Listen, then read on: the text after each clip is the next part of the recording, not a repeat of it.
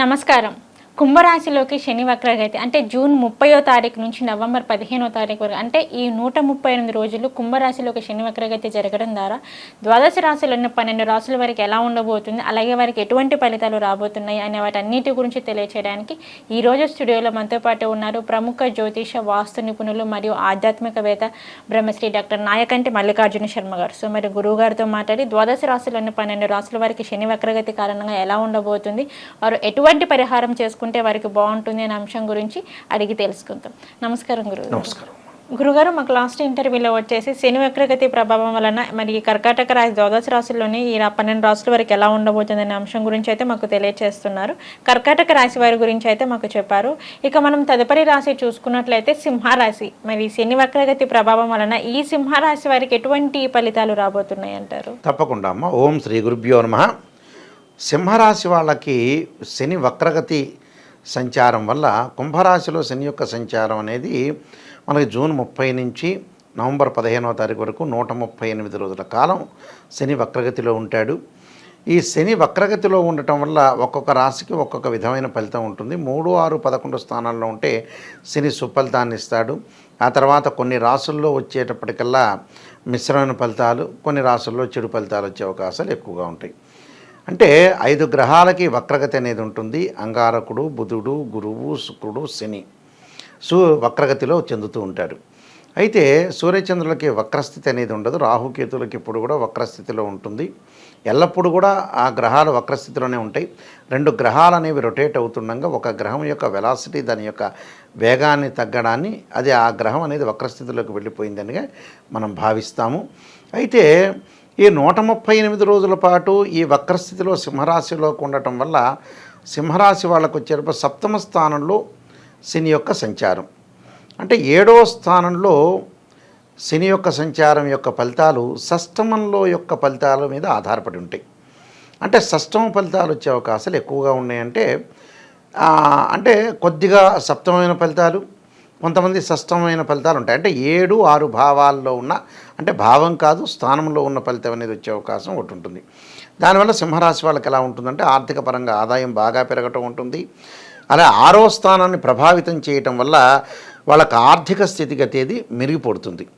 మెరుగుపడటంతో పాటు చిన్న స్థాయి నుంచి పెద్ద స్థాయికి, ఉన్నత స్థాయికి ఎదిగే అవకాశాలు ఉండటం, దాంతోపాటు వృత్తి ఉద్యోగాల్లో హోదా బాగా పెరగటం, అలానే స్థిరత్వము, స్థిరమైన నిర్ణయాలతో పాటు ఎదుగుదల, అంటే ఆరోగ్యం గురించి కూడా కోలుకునే అవకాశాలు ఎక్కువ ఉంటాయి. అంటే ఆరోగ్యం అనేది మెరుగుపడుతుంది వాళ్ళకి. అలానే ఆర్థిక సమస్యల నుంచి బయటపడటం, రుణాలు తీర్చుకునే అవకాశాలు, బ్యాంకు లోన్లు కట్టుకునే అవకాశాలు, నిరుద్యోగులకు ఆశించినంత ఉద్యోగపరంగా ఇంకెక్కువగా రావటం, అంటే మనం ఏదైతే ఆశిస్తున్నామో దానికంటే మంచి ఉద్యోగం వచ్చే అవకాశాలు ఒకటి ఉంటుంది.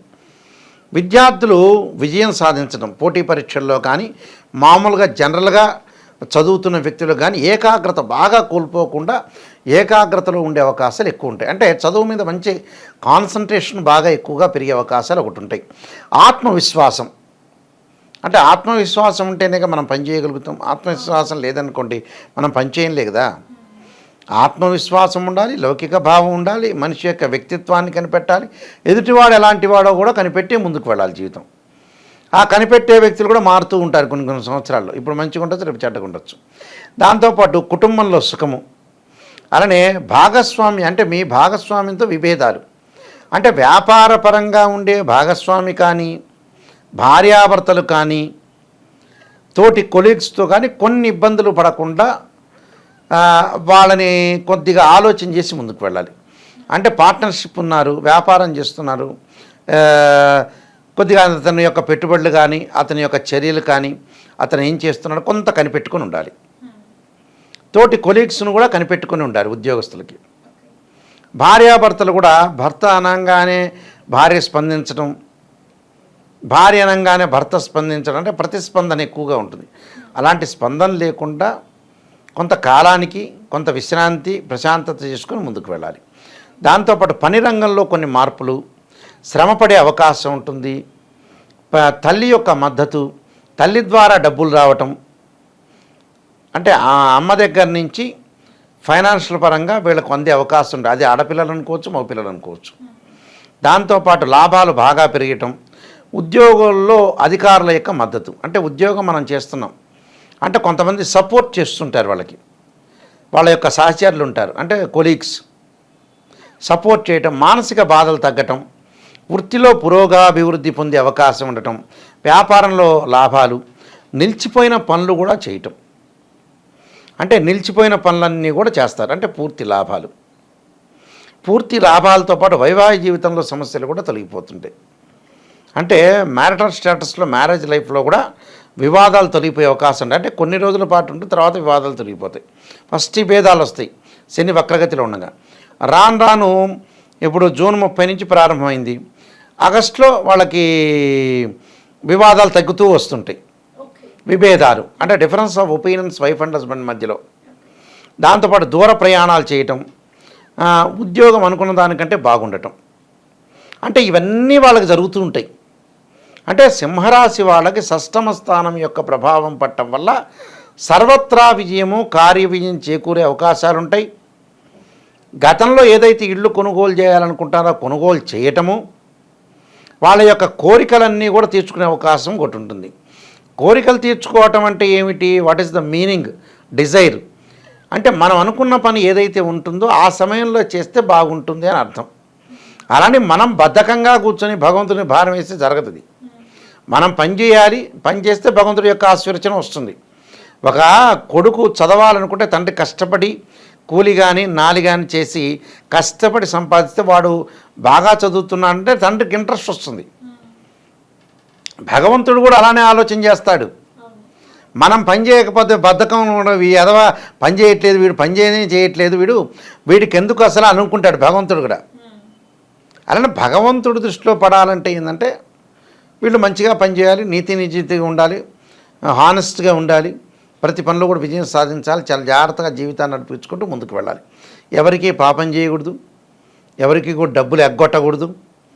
ఎప్పుడు కూడా మన జీవితంలో చాలామంది కూడా ఆలోచన చేసేది ఏంటంటే, నేను చాలాసార్లు తిరుపతి వెళ్ళానండి, చాలాసార్లు శ్రీశైలం వెళ్ళానండి, వెళితే నేను మా నాన్నకు అన్నం పెట్టలేదు, మా అమ్మకు అన్నం పెట్టలేదు అంటారు. కానీ భగవంతుడు అలా చూడండి, భగవంతుడు చూసే లెక్క వేరే.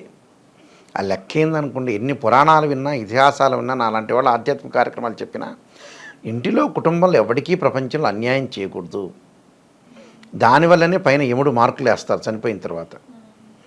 హెడ్ ఆఫ్ ది డిపార్ట్మెంట్ పరమేశ్వరుడు ఉంటాడు, ఆయన చూస్తాడు. మనం ఎవ్వరికీ హాని చేయకూడదు, ఆ పుణ్యమే మనల్ని కాపాడుతూ ఉంటుంది. నేను 100 సార్లు తిరుపతికి వెళ్ళినా, 100 సార్లు శ్రీశైలం వెళ్ళినా ఏం ప్రయోజనం అనేది వెళ్ళకూడదని కాదు, కాన్సన్ట్రేషన్ కోసం మాత్రం భగవంతుని మనం కొలుస్తాం. కానీ చేసే పని ఎప్పుడూ కూడా పర్ఫెక్ట్గా ఉండాలి, విషయం మనం చెప్పాలి. మనం చేయలేకపోయినా ఒక మాటను మనం చెప్తే మంచి జరిగే అవకాశాలు ఎక్కువగా ఉంటాయి. మరికొన్ని పరిహారాలు చేసుకొని మనం ముందుకెళ్తే మంచి జరుగుతుంది. ఓకే గురుగారు, సింహరాశి వారికి శని వక్రగతి వల్ల ఎటువంటి ఫలితాలు రాబోతున్నాయి అనే వాటి గురించి అయితే తెలియజేశారు. మరి వీరికి ఇంకా మెరుగైన ఫలితాలు రావాలి అంటే మరి ఎటువంటి పరిహారం చేసుకోవాలి? సూర్యుడు యొక్క ఆరాధన చేయాలి. ఆదిత్యాయ అంటే ఆదిత్యాయుధ్నే శస్త్రకిరణాయుధీమే తన్నో సూర్య ప్రచోదయాత్ అనే మంత్రాన్ని, ఆదిత్యాయుధ్నే శాస్త్రమూర్తాయుధీమే తన్నో సూర్య ప్రచోదయాత్ అని భానుణ్ణి కొలవాలి. అంటే సూర్యుడి యొక్క ఆరాధన చేయాలి. సూర్యుడి యొక్క ఆరాధన చేయటం అంటే ఆదివారం రోజున సూర్యగాయత్రి మంత్రాన్ని చేయటం, వీలైతే అందరికీ వచ్చిన శ్లోకంలో జపాకుసుమ సంకాశం కాశ్యపేయం మహాదుతం తమోరం సర్వపాపగ్నం ప్రణతోస్మి దివాకరం. అలానే దక్షిణకాళి స్తోత్రాన్ని శనివారం రోజున పారాయణం చేయటం కూడా చాలా మంచిది. దక్షిణకాళి స్తోత్రం అంటే శనికి అంతరిక్ష దేవత. ఆ అమ్మవారిని కూడా భక్తి శ్రద్ధతో కొలవటం వల్ల మనకు మంచి సుఫలితాలు జరిగే అవకాశం ఖచ్చితంగా. ఓకే గురుగారు, సింహరాశి వారికి వచ్చేసి శని వక్రగతి ప్రభావం వలన ఎటువంటి ఫలితాలు రాబోతున్నాయి అనే అంశం గురించి అయితే మాకు తెలియజేశారు. ధన్యవాదాలు గురువుగారు. నమస్కారం.